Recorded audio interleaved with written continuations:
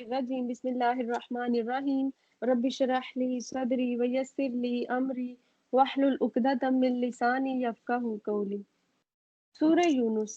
اس سورہ کا نام بھی جس طرح سے باقی سورتوں کا نام ہوتا ہے کہ اس سورہ میں یعنی اس چیز کا ذکر ہوتا ہے تو اس کی بنا پر اس سورہ کا نام ہی رکھ دیا جاتا ہے۔ تو اس میں حضرت یونس کا آیت نمبر 98 میں ذکر ہوا، تو اس مناسبت سے اس سورہ کا نام سورہ یونس رکھ دیا گیا۔ اور اس کے بارے میں ہے کہ یہ مکی ہے، لیکن کچھ لوگوں کا اختلاف ہے کہ کچھ اس کی جو صورتیں ہیں وہ آیتیں ہیں وہ مدنی دور میں بھی نازل ہوئیں۔ اور موضوع جو ہے اس کا وہ یہ ہے توحید اور نبی صلی اللہ علیہ وآلہ وسلم کی نبوت کے دلائل پیش کیے گئے ہیں، اور ان غلط فہمیوں کا ازالہ کیا گیا ہے کہ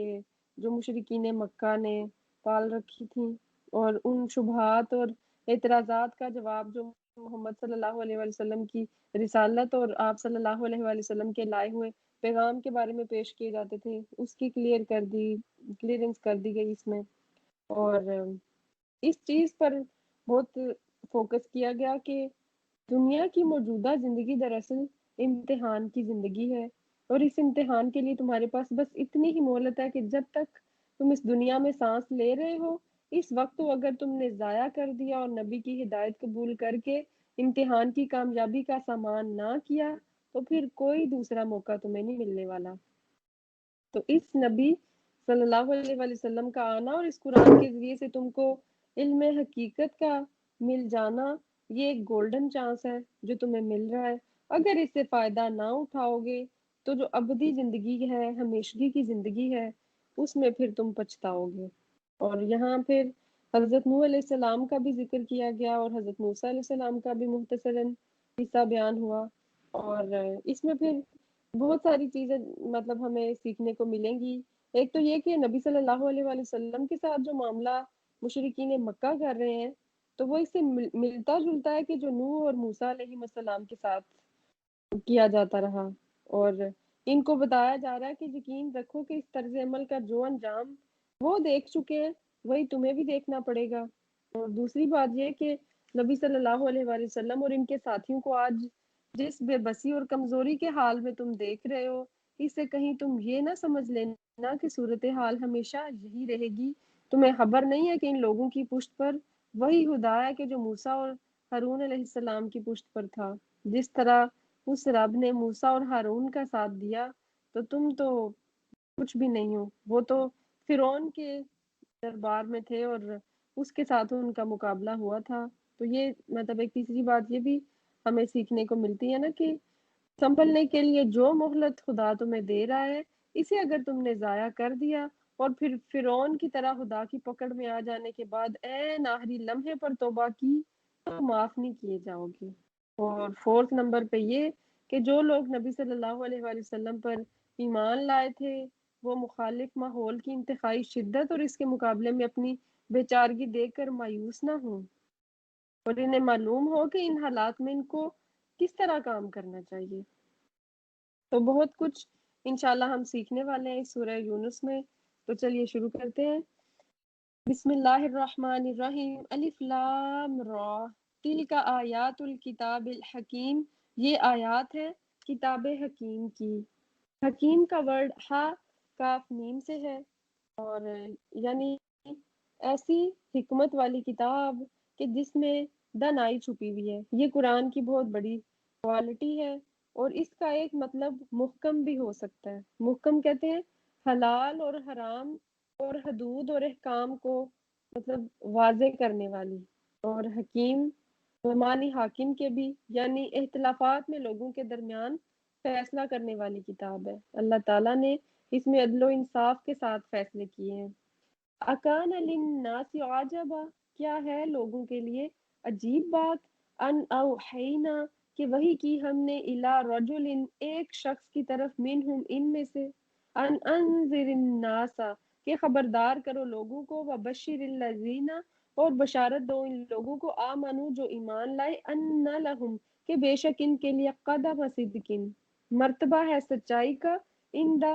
پاس ربہم ان کے رب کے پاس۔ قولا کہا الکافرون کافرون نے انا بے شک ہاذا یہ لساحر مبین البتہ جادو ہے کھلم کھلا۔ تو یہاں پر لوگوں کا جو اعتراض ہے جو نبی صلی اللہ علیہ وآلہ وسلم پر وہ کیا کرتے تھے، کیونکہ اللہ تعالیٰ نے نبی صلی اللہ علیہ وآلہ وسلم کے کلام میں ایک ایسی تاثیر رکھی ہوئی تھی کہ جب نبی صلی اللہ علیہ وآلہ وسلم کسی سے کلام کرتے اور اس کو قرآن سناتے تو اس کے دل پر اثر کر جاتا۔ تو جب قریش نے دیکھا کہ اس تیزی کے ساتھ نبی صلی اللہ علیہ وآلہ وسلم کی دعوت پر لوگ ایمان لا رہے ہیں تو یہ کوئی عام آدمی نہیں ہے،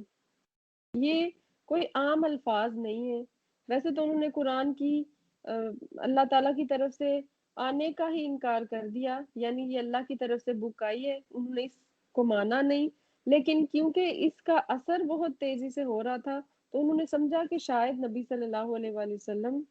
نعوذ باللہ کوئی جادوگر ہے، کہ جن کی بات کو تو لوگ اتنا مان لیتے ہیں کہ ان کے دماغوں کو مسخر کر کے رکھ دیتی ہے یہ بات۔ حالانکہ یہ تو نبی صلی اللہ علیہ وآلہ وسلم کی بات کی تاثیر اور ان کی مطلب بات کرنے کے جو مطلب اللہ نے ان کو تقریر اور خطبہ اور بات کو کلیئر اور کم الفاظ میں کرنے کی جو فصاحت اور بلاغت عطا کی تھی، یہ تو وہ نعمت تھی جس کو انہوں نے جادوگری کا نام دے دیا۔ حالانکہ جادوگری کا تو اس کے ساتھ کوئی تعلق نہیں ہے، وہ تو ایک مطلب ناجائز چیز ہے، اور اس میں کیا کرتا ہے جادوگر؟ متاثر کرتا ہے لوگوں کو جھوٹی مبالغہ آرائیوں سے، نظر بندی کر کے۔ اس کا تو کوئی خاص مقصد نہیں ہوتا سوائے اس کے کہ وہ اپنا سکہ جما دے اپنی جادوگری کا اور اس کے ذریعے سے مال بٹور لے۔ لیکن نبی صلی اللہ علیہ وآلہ وسلم کی زبان سے تو ایسا کوئی انہوں نے دعویٰ نہیں سنا کہ مجھے اس تبلیغ کے بدلے، اس دعوت کے بدلے میں کوئی دنیا کا فائدہ بھی مل جائے۔ تو پھر انہوں نے نبی صلی اللہ علیہ وآلہ وسلم کی جو دعوت ہے اس کو کہانت اور ساحری اور جادوگری کا نام دے دیا، تو اس کی طرف اشارہ ہے کہ اکان للناس عجبا ان اوحینا الی رجل منہم۔ پہلی بات تو ان کو اس بات پر اعتراض کہ ایک نبی جو ہے وہ انسان ہی کیوں ہے، اس بات پر ان کو تعجب ہے کہ یہ کیسے ہو سکتا ہے کہ ایک نبی کی طرف کوئی فرشتہ آئے اور اس کو پیغام بھجوائے، اور پھر یہ کہ یہ جو کلام ہے یہ تو جادوگری ہے، یہ قرآن ایک جادو کی کتاب ہے۔ ان بے شک ربکم اللہ الذی، بے شک رب تمہارا اللہ ہے، الذی جس نے خلق السماوات والارض پیدا کیا آسمانوں اور زمین کو، فی ستۃ ایام 6 دنوں میں، ثم استوى پھر وہ مستوی ہوا، علی العرش عرش پر، یدبر الامر تدبیر کرتا ہے تمام معاملات کی، یعنی ہر کائنات کی چیز کا نظام چلانے والا ہے، تدبر کرنے والا ہے، تدبیر کرنے والا ہے، پلاننگ کرنے والا ہے۔ ما من نہیں کوئی شفیع سفارشی الا من بعد اذنی مگر بعد اس کے اذن کے، ذالکم اللہ یہ ہے اللہ، ربکم رب تمہارا، فاعبدوہ بس عبادت کرو اس کی، افلا تذکرون کیا بھلا تم نصیحت نہیں پکڑتے؟ تم یہ نہیں دیکھتے کہ اللہ تعالیٰ جس نے زمین اور آسمان کو پیدا کیا، جب خالق وہ ہے تو پھر عبادت کرنے کے لائق، یعنی اگر خالق ہوا تو معبود بھی وہی ہے،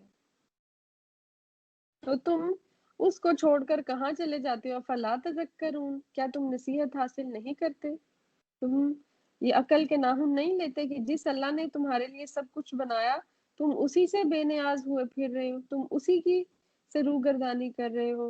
الیہ مرجعکم اس کی طرف لوٹنا ہے تمہارا، جمیعاً سب کا اسی طرف لوٹنا ہے، اسی کی طرف سے ہم آئے ہیں اور اسی کی طرف ہم نے لوٹ کر جانا ہے۔ تو یہ جو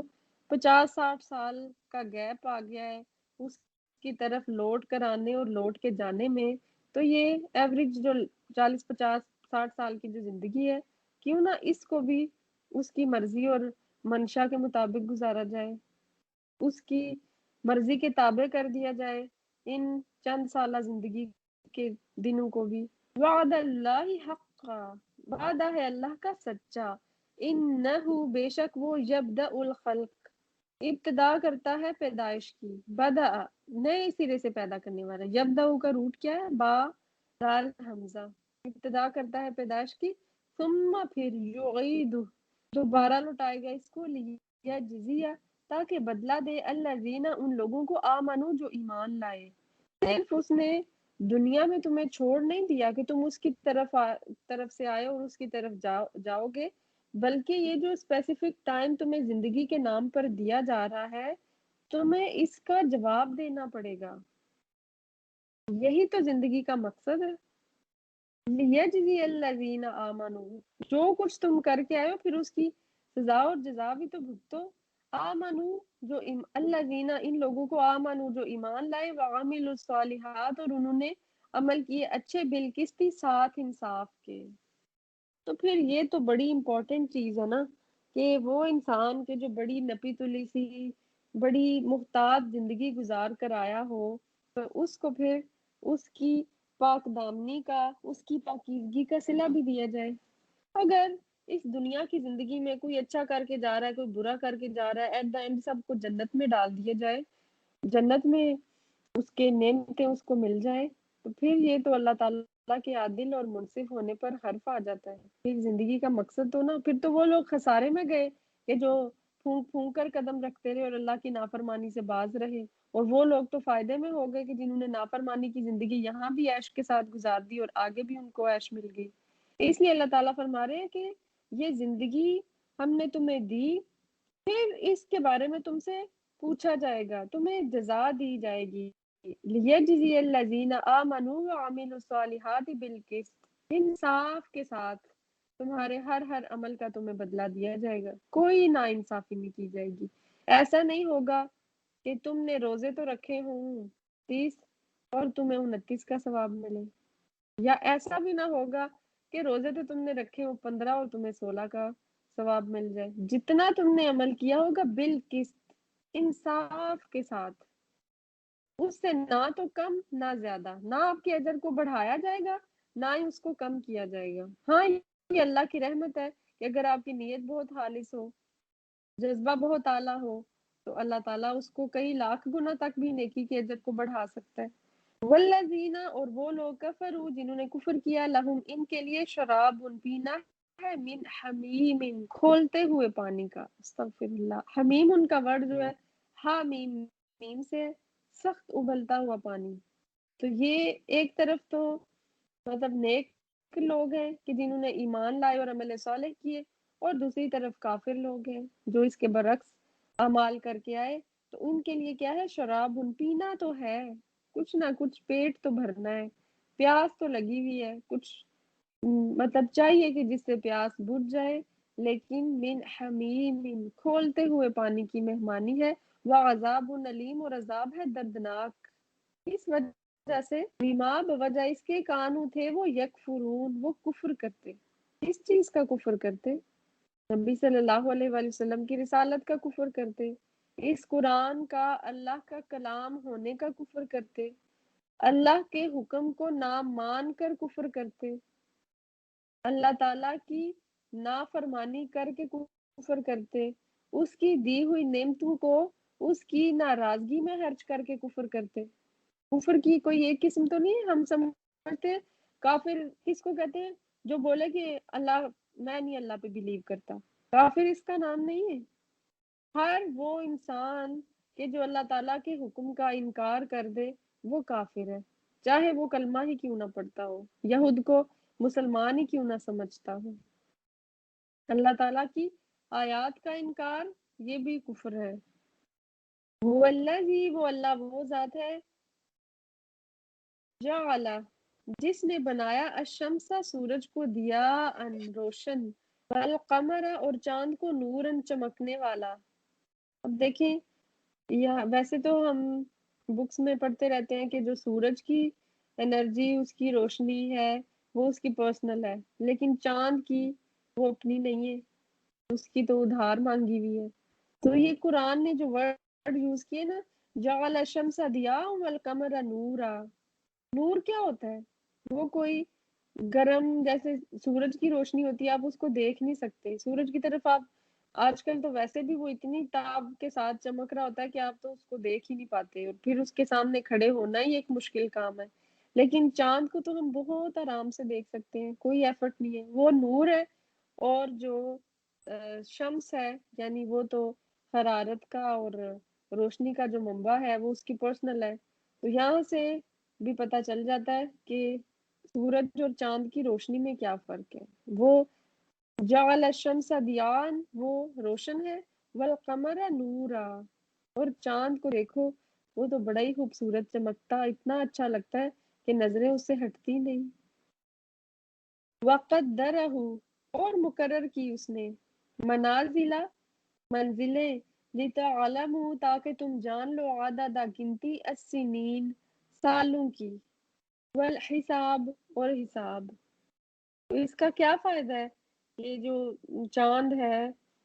وہ مختلف منازل کے ساتھ آتا ہے، کبھی آپ دیکھتے ہیں کہ بالکل باریک سا ہے، آج ہی نکلا ہے گویا، پھر آپ کو پتہ چل جاتا ہے کہ نئے مہینے کا آغاز ہو گیا۔ لیکن سورج تو روز اسی طرح سے نکلتا ہے، وہ کبھی ایسا نہیں ہوتا کہ ایک دن باریک نکلے، پھر اس سے موٹا، پھر اس سے موٹا، اور پھر 14ویں کو بہت چمک رہا ہو، ایسا نہیں ہوتا۔ لیکن چاند کی اللہ نے کیسے منزلیں طے کر دی ہیں کہ ہمیں پتہ چل جاتا ہے۔ ہم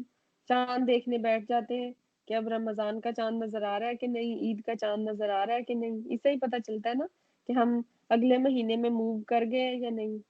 ما خلق اللہ، نہیں پیدا کیا اللہ نے، ذالک، اس کو، الا بالحق، مگر حق کے ساتھ۔ کچھ بھی اللہ نے ناحق پیدا نہیں کیا،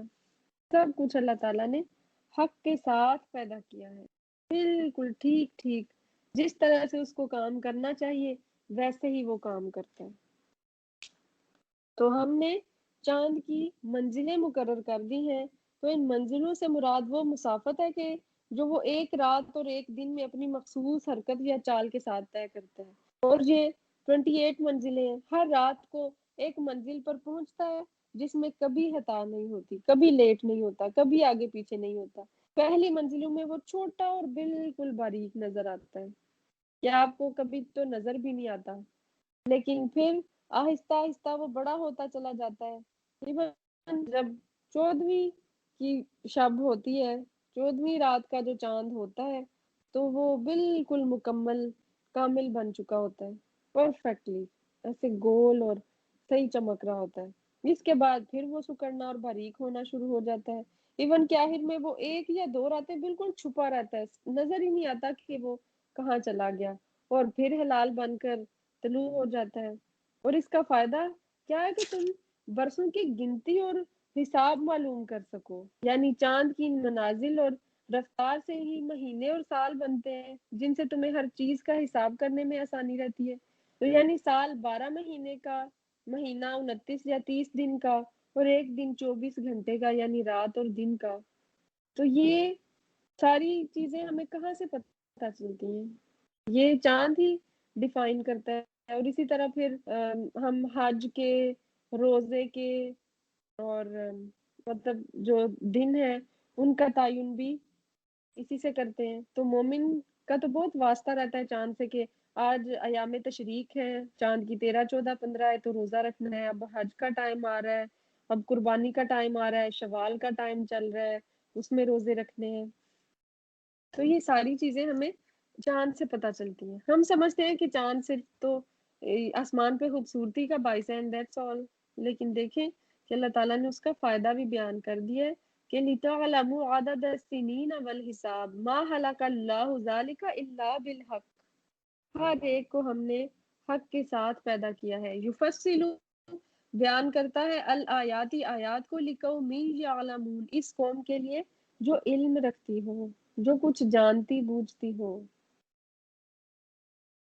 وآخر دعوانا ان الحمد للہ رب العالمین۔